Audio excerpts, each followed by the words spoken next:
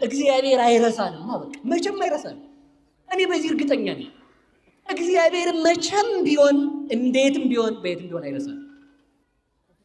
ስናገኝም አይረሳን እግዚአብሔር፣ ስናጣም አይረሳን እግዚአብሔር፣ ጤነኛ ስንሆንም አይረሳን እግዚአብሔር፣ በሽተኛ ስንሆንም አይረሳን እግዚአብሔር፣ ሕፃን ሳለን የማይረሳን እግዚአብሔር፣ ወጣት ሳለን የማይረሳን እግዚአብሔር፣ ስንሸመግል የማይረሳን እግዚአብሔር፣ ስንሞት የማይረሳን እግዚአብሔር፣ ከሞትን በኋላም የማይረሳን እግዚአብሔር። አንድ እግዚአብሔር ብቻ ነው እጃችን ላይ የሚቀር፣ ሁሉ ነገር ይቀራል። ሚስትም ትቀራለች። እውነቴን ልንገራችሁ፣ ሸኝ ታረጋ አለቃቅሳ ቤቷን አይደል? ያው የሚወደድ ባልም ቢኖር መቼስ አብሮ አይሞት እንዴት ይደረጋል? ባልም ቢሆን ሸኝ ታርቆ ቤቱ፣ ልጆቹም ቢሆን እሪ አባዬ ብለው አሞሻሹ ቤታቸው። አንድ ብቻ ይሁን የሚቀረን ገንዘብ እግዚአብሔር ብቻ ነው። እግዚአብሔር ብቻ በመታሰራችን ያለ እግዚአብሔር ብቻ ነው።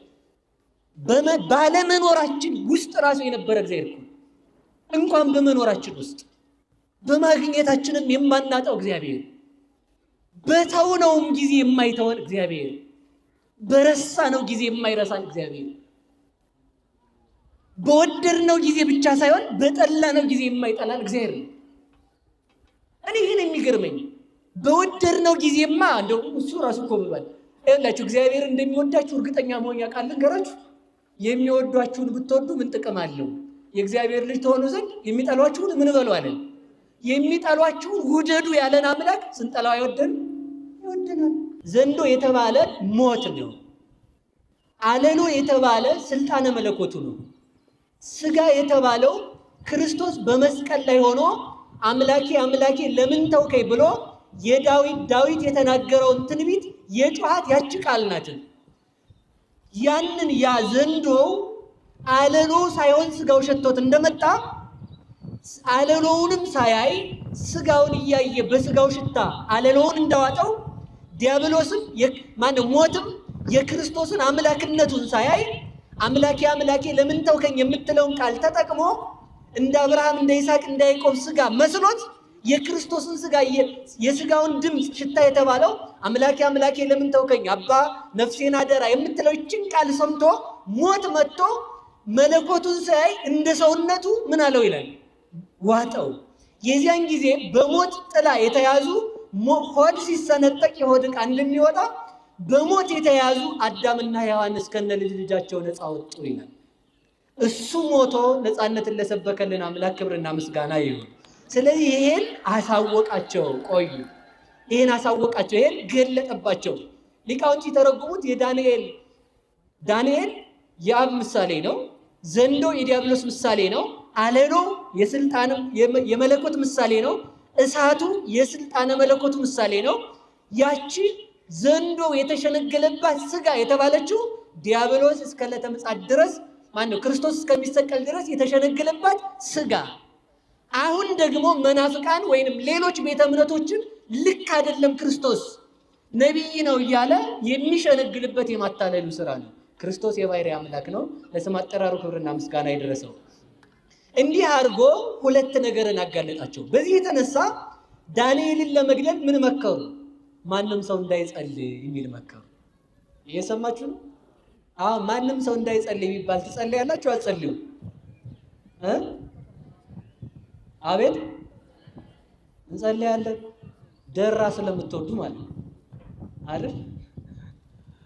ተናዳችሁ እንድትጸልዩ አትጸልዩ። እውነት ነው። ግን ሰው አሁን አይጸልይም ብዙ ማለት ነው። ትጸልያላችሁ። ብዙ ሰው ግን አይጸልይም። እንዳትጸልይ ብትሉ ግን ይጸልያል አይደል? አዳም እንዳትበላ ቢባል እበላለሁ አለ። ብላ ቢባል ደግሞ አልበላም። ገብቶች ወለሰ አይመስለኝም። ዕፀ በለስ እንዳትበላ ቢባል ይሄው ብሎ ነካ እንደ ሕፃን ልጅ ማለት በላት። አሁን ደግሞ ስጋዬን ብላ ቢባል ደግሞ አልበላም። እና ተቃራኒ ነው ሰው የሚወደው ማለት ነው። እና አሁን ጸልዩ ስለተባል ዝም። ግን ልብ ብላችሁ ስሙ፣ መጸለይ ግዴታ ነው። በቃ ግዴታ እኮ ነው። ተመቻችሁ አልተመቻችሁም፣ ሞላም አልሞላም፣ አገኘንም አጣንም የምናወራው ማንን ነው ብለን ነው ማሰብ ያለብን። አንድ ነገር ልንገራችሁ፣ እኔ በጣም ሁሌ ከሚገርመኝ ነገር ማለት ነው ከሚገርመኝ ነገር ሊገርመኝ ምን እንደሆነ ታውቃላችሁ? ሰው ጸሎት ሲጸልይ ሐሳቡ ሁሉ ተሰብስቦ የሚመጣበት ነገር ይገርመኝ። አይገርማችሁ? በቅታችሁ ይሆናል እናንተ እንግዲህ። አንዳንድ ሰው እኔ እንደውም ያለኝ ሁሉ ሰው አለ መጽሐፉን ስገልጠው ሙዚቃ ሁሉ ይመጣል ጆሮዬ ላይ ያለ ሰው መጽሐፉን ግልጥ አድርጌ ለጸል በስመ አብ ስል እንግዲህ ሙዚቃው ማን እንደመጣበት አልነገረኝም። እሺ ብቻ ያ ይመጣና ድቅ እንዲላል ፊቱ ላይ ማለት ነው። ዋናው ሐሳብ መያዝ ያለባችሁ እኛ ጸሎቱ ባይገባን እንኳን ሰይጣን ከማን ጋር እንዳለን ይገባል። ገብቷችኋል? ጸሎቱ ባይገባን ሰይጣን ከማን ጋር እንዳለን ይገባል? ከእግዚአብሔር ጋር መኖራችን። ደግሞ ምንም እንኳን ባይሳካልን አንድ ቀን ብለን ህሊናችንን መሰብሰብ እንችላለን። እግዚአብሔር ህሊናችንን ለመሰብሰብ ያብቃል።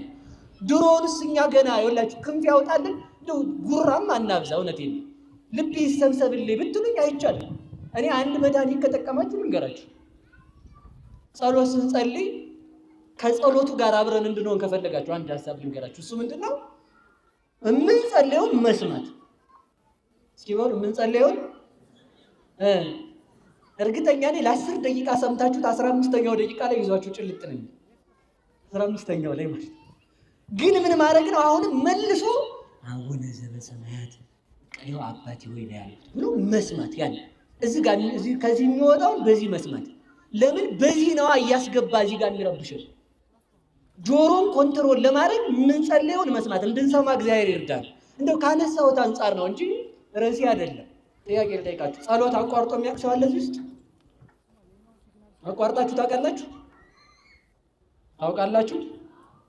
እስኪ እጃችሁን አውጡ። አሁን አንድ ደቂቃ ሳትተነፍሱ ትቆያላችሁ።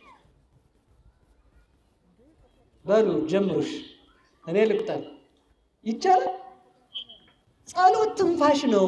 ከኦክስጅን በላይ ማን ያስፈልገናል? እግዚአብሔር ያስፈልገናል።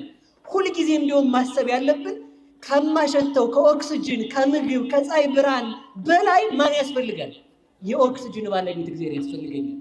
ሁልጊዜም ቢሆን ጸሎት አስታጉል ሲል እስኪ ለአንድ ደቂቃ በተንፈስ አቋርጥና ከሆነ ልበለ ወራስክን እኮ ነው እንዘመን ሰውዬ እስኪ ለአንድ ደቂቃ ሳትተነፍስ እየውና ከዛ በኋላ ጸሎት አቋርጣለሁ ብሎ ለራስ መንገር ማለት ነው። ለራሳችን እንድንነግረው እግዚአብሔር ይርዳል። ዳንኤል ከዚህ የተነሳ ነው ጸሎቴን አላቋርጥም ብሎ እጆቹ መስኮቱን ከፍቶ ወደ ኢየሩሳሌም ዞሮ 3 ሰዓት ላይ ሲጸልይ ጠላቶቹ በዛ ፈተና ያዙት። በቃ ሐሳቤን ጠቅለል አድርጌ ልንገራችሁ። ከዛ በዛ ሲይዙት ምን ተደረገ መሰላችሁ? ቅጣቱ እንደምታውቁት በምን መጣል?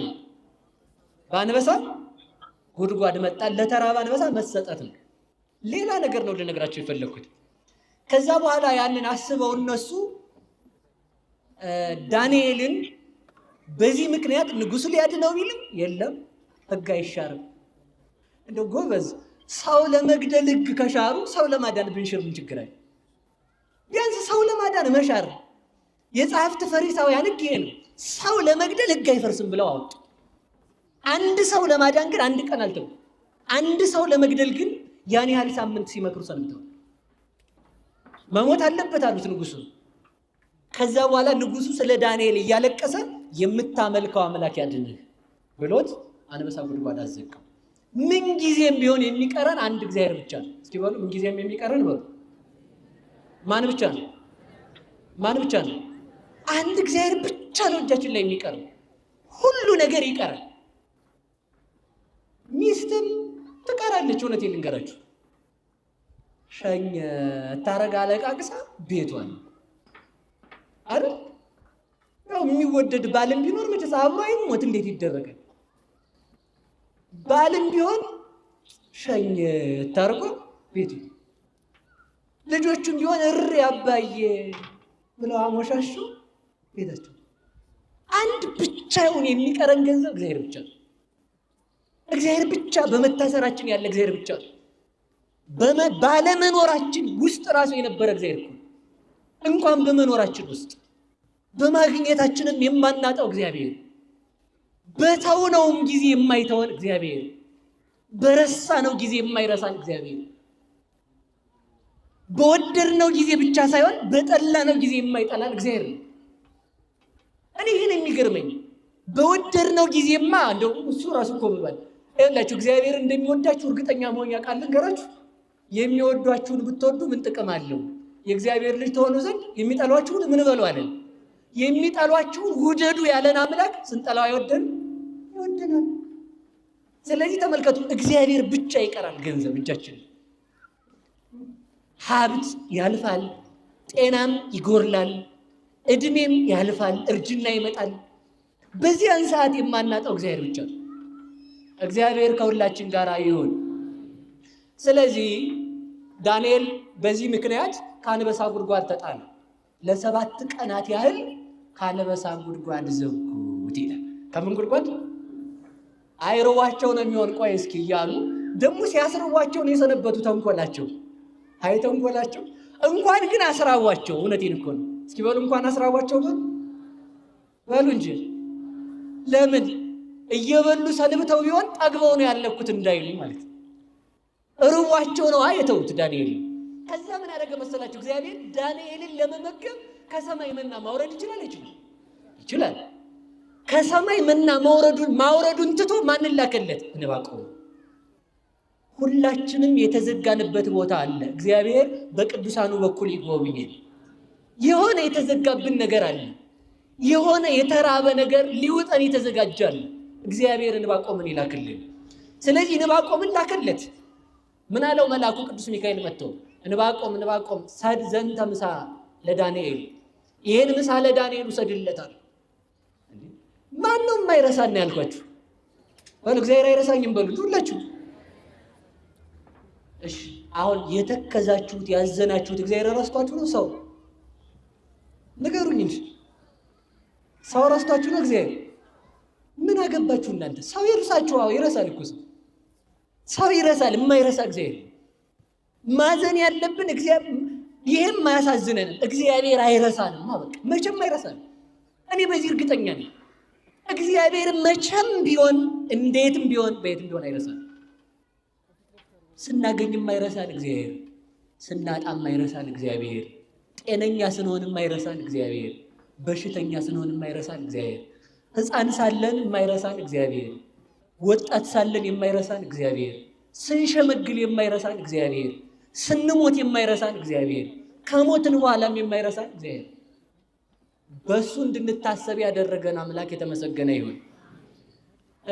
ከዛ ለዳንኤል አላቀውም ባቢሎን የት እንዳለ ሲለው መልአኩ የራስ ፀጉሩን አንዷን ያዝ አድርጎ ዳንኤልን ተመልከቱ፣ በራስ ፀጉሩ አንጠልጥሎ ይቅርታ ዕንባቆምን ዳንኤል ካለበት ጉድጓድ ሳይከፍት ይዞት ገባ ይላል። ማን ካለበት ጉድጓድ? በሉ እንጂ ንገሩ። የፈለገ ነገር ይቆለፍ እኮ ነው ያልኳቸው ያሉት። ስራ ተቆልፎ ቢሊዮን ይችላል። ቅዱስ ሚካኤል እግዚአብሔር ካለ ይልካል መልአኩ። ተከፍቶ አይደለም እኮ ዳንኤል የተመገበው፣ እንደተዘጋ ነው። ይበላ ብለው ላኩት፣ ምግብ አጥቶ ይሙት ብለው ጉድጓድ ውስጥ ቆለፉት።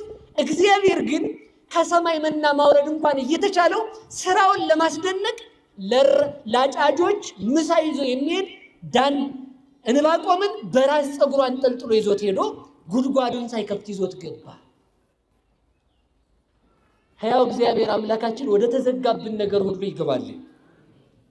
ብዙ ነገር ተዘግቷል ብለን እናስባለን አይደል?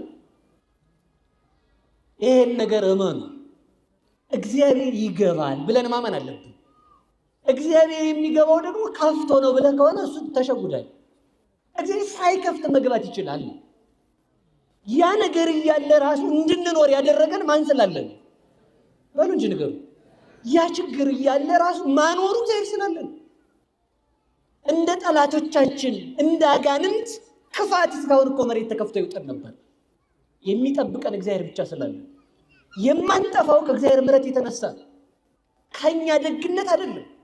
የኛን ክፋት የማታውቁት አይደል? ሰው እንኳን ለሌላው ለራሱ ክፉ አልሆነ። ለራሱ እኮ ያቅም ሰው ራሱ እንኳን ለሌላ ሰው ማለት ነው። ሰው ለራሱ የሚጠቅመውን ያልሰራ ሰው ለራሱ የማያቅም ይባል።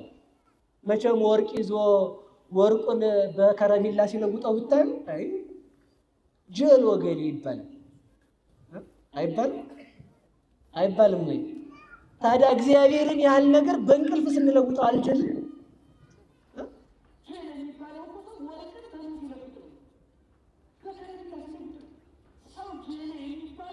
ሰማያዊ ርስቱን ሰማያዊ ዘሩን በምድራዊ ዘር መተካት ሲጀምር፣ እግዚአብሔርን በቁስ መተካት ሲጀምር፣ ዛፉን ትቶ ፍሬውን ብቻ መልቀም ሲጀምር፣ ዋናውን ምግብ ትቶ ትርፍራፊውን መልቀም ሲጀምር፣ ሃይማኖትን ትቶ መዳን ብቻ ሲፈልግ ሰው ታመመ ይባላል። እግዚአብሔር ሁላችንን የሚፈውሰን። ከዛ ተመልከቱ፣ ዳንኤል ምሳውን በላ፣ እዛው ተዘጋበት አንበሳ ጋር በላና ይሄን ተናገረ። ተዘከረኒኑ ዘያድጎሙ ለፍጡራኒሁ፣ ትንኝን እንኳን የማይዘነጋ እግዚአብሔር እኔንም አሰበኛል። እስኪ በሉ ትንኝን የማይዘነጋ በሉ። እግዚአብሔር ማንን አሰበ? ንገሩኝ እንጂ በደንብ። ቆይ እንዲህ ብላችሁ አትጠይቁትም? ዳንኤል እግርህ ስር የተጋደመው አንበሳ ምንድን ነው? ገብቷችኋል አይደል? ትንኝን የማይዘነጋ ምን አባባል? አንበሳው ርቦት ተጋድሞልህ አይደል ነው አይደል? እግሩ ስር እኮ አንበሳው ተጋድሟል። ቆይ ግን ትንኝን ለምን ፈለጋት ዳንኤል? ትንኝን እንኳን ሁልጊዜም ስሙት፣ በሞት ያፈርሶንላችሁ። እንደው መቼም ቤታቸው አንዳንድ ትንኝ አጠፋ። ያችን ስታዩ ተመስገን እግዚአብሔር ነው። እስኪ በሉ ተመስገን እግዚአብሔር ነው። እውነት ልንገራችሁ፣ እዚህ መካከል ላይ አንድ የ3 ወር ሕፃን ልጅ ሰው ማየት አይችልም። ይችላል? ብቆሙ ሁላችሁ ማየት ይችላል። ያን እዛ ጋር ያለው ልጅ ሌላው ቀርቶ ሰው ለመስተንግዶ ሲቆም ሕፃናት ሰው አይመስሉትም። ሕፃናት ሰው ይመስላሉ ማለት አይመስሉትም። ምክንያቱም ትልልቁ ነገሌ ቆይ ተረጋጋ ነው የሚባለው። አያችሁ፣ እግዚአብሔር ግን መላእክትን የፈጠረ ሲሆን ትንኝን አልፈጥርም ብሎ ያልዘነጋ እግዚአብሔር የመላእክት ጌታ ሲሆን የማን ጌታ ነው? መልሶ በሉ የትንኝ ጌታ በሉ እንጂ ትንኝን መቼም ዲያብሎስ አልፈጠራትም። ፈጣሪ ሁሉም እግዚአብሔር ስለሆነ፣ ስለዚህ ምን አለ? ትንኝን እንኳን የማይዘነጋ ማለት ትንኝን የማይዘነጋ ማለት ምን ማለት ነው? ልዑላን መላእክት እያሉት ስለ ስሙ የተናቁ ከትንኝ የማንስኔን ያልዘነጋኝ እግዚአብሔር ይመስገን አለ። መላእክት እያሉት እኛን ያሰበ እግዚአብሔር ስሙ የተመሰገነ ይሁን። ይህን አለና ተናገረ። ከዛ በኋላ ተመልከቱ፣ እንዲህ ብለን ስንጠይቀው ትንኝን ለምን አልክ ብለን ስንጠይቀው እንዲህ ብሎ ይመልስልናል። እየሰማችሁ ነው? አንደኛ መፍጠሩን ይፍጠራት፣ ማብላቱ ደግሞ አይገርማችሁ? ለሌሎች ፍጥረታት የሚመግባቸው የሚያንሰውን ነው። እስኪ በሉ ለሌሎች ፍጥረታት በሉ የሚመግባቸው የሚያንሰውን በሉ እንጂ። ለትንኝስ የሚመግባት ትልቁን በሉ እንጂ። እናንተን የምትጠብሳችሁ ማናት? ትንኝ በሉ እንጂ። አይገርማችሁ? ሰውን ያህል የምትበላ ማናት? ትንኝ። ለአንበሳ በግ ይመግበዋል። ለምን? አንበሳ በግን ያሸንፋታል። አይደለም? ወፍ ትል ይበላል። ከትል ወፍ ስለሚበልጥ ነው። እየሰማችሁ ነው አይደል? ግን ምን ማለቱ መሰላችሁ እንዴ? ለምንድን ነው ጉማሬው፣ አዞው፣ ዘንዶ፣ አሳንበሪው፣ ጅቡ፣ ሌላም ፍጥረታት እያሉ ትንኝን አነሳ ስንለው ለነዚያ የሚመግባቸው የሚያንሰውን ነው። ትልቁ አሳ ትንሿን አሳ ውጦ ይኖራል። እንደዚያ ነው የሚኖሩት። ትንሿ ትንኝ ግን የሚበልጠውን ትልቁን ነገር ተመገባ ትኖራለች። እንዲህ አድርጎ ያሰበ አምላካችን ስሙ የተመሰገነ ይሁን። ያችን ያስባት አምላክ ያሰበ ሌላው በጣም ይገርም ሳስበው ዝም ብዬ እቺ ትንኝ ባሉች ጉሮሮዋ ስትሄድ ይሄ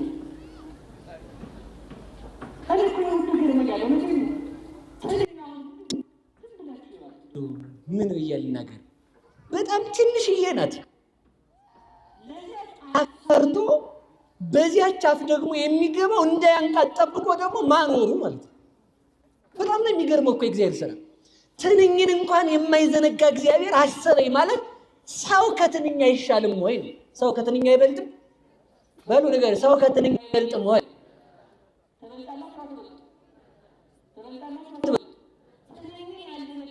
እኛን ይዘነጋናል ወይ ነው? ለትንኝ ጉሮሮ የሚወርድ ደም ሲሰጣት እዛው ስክት እንዳለች አፏ ራሱ ዘው መውጣቱ ራሱ አይገርማችሁ? በጣም ነው የሚገርመው እንኳን ሰው አንድ ሰው መርፌ ሲሰፋ እንኳን ከኋላ ጆሮ እያዘበ ግድ ነው የሚያወጣው አይደል? ወፍራም ልብስ ነው። ይሄን ቆዳ በስታ ስትጠባ እንኳን አፏ እዛው ተሰክቶ አለመቅረቱ ማለት እግዚአብሔርን ቸርነት ተመልከቱት። ስለዚህ ምን ማለቱ መሰላችሁ? ትንኝን እንኳን የማይዘነጋ ማለቱ ለትንኝ ምግቧን ያዘጋጀ እግዚአብሔር እኔንም አሰበኝ። ስለዚህ ሁል ጊዜ እግዚአብሔር ረስቶሃል የሚል ቃል ሰይጣን ሲያመጣ ትንኝን የፈጠረ አይዘነጋኝም ማለት አለብን። እስኪ ባሉ ትንኝን የፈጠረ ምን አይለኝም? አይዘነጋኝም። እግዚአብሔር ሁላችንንም ያስበን፣ በቸርነቱ ያስበን። ዕንባቆም የጌታ ምሳሌ ነው። ዕንባቆም ምሳውን ይዞለት የአንበሳውን ጉድጓድ ሳይከፍት ገብቶ ዳንኤልን ሳይከፍት መግቦት እንደወጣ ክርስቶስ ከሰማይ ሰማያት ወደዚህ ዓለም መጥቶ ከድንግል ማርያም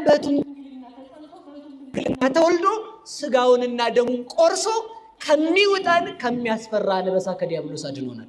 ከዲያብሎስ ያዳነን አምላክ የተመሰገነ ይሁንልን። ስለዚህ በዳንኤል የምናይበት ይሄን ነው። ዕንባቆም ማለት አዋቂ ማለት ነው። አዋቂ የሚባል ማን ነው? ራሱ እግዚአብሔር። እስኪ በሉ እግዚአብሔር ራሱ በሉ። አዋቂ ማን ነው? የአዋቂውን የእግዚአብሔርን መልእክት ስለተናገረ ስለ እግዚአብሔር ስም ስላስተማረ ዕንባቆም ማለት አዋቂ ማለት ነው። አዋቂ ማለትም እግዚአብሔር ነው። ስለዚህ ዳንኤልን የመገበው ማን ነው ብላችሁ ስታይቁኝ እግዚአብሔር ራሱ። እግዚአብሔር የሚያስቡትን ሰዎች አይረሳም። እንኳን የሚያስቡትን የማያስቡትን ያስባል እግዚአብሔር። እግዚአብሔር ሁላችንንም ያስበን እና እሱ ምን ብሎ ተናገረ? እግዚኦ ሰማይኩ ድምፀከ ወፈራይኩ። እስኪ በሉ ድምፅህን ሰምቼ በሉ ፈራው፣ ስራህን አይቼ አደነቅሁ። በማእከለ ክልኤ እንስሳ ርኢኩከ፣ በሁለት እንስሳ መካከል አየሁህ። ከመ ይቀርብ ዓመቲሁ አእምረከ፣ ዓመቱ ባይደርስም ዓመቱ እንደደረሰ ሆኖ አወቅሁ። ወከመ ይበጽሕ ጊዜው እሌብወከ፣ ጊዜው እንደደረሰ አድርጌ ልብ አልኩህ። ምንድን ነው? ተዘከረኒ ነፍሴ ሶትታወክ ነፍሴ እመንሱት፣ ነፍሴ በመከራ ስትጨነቅ አቤቱ አስበኝ ይላል እግዚአብሔር። ሁላችንንም ያስበን።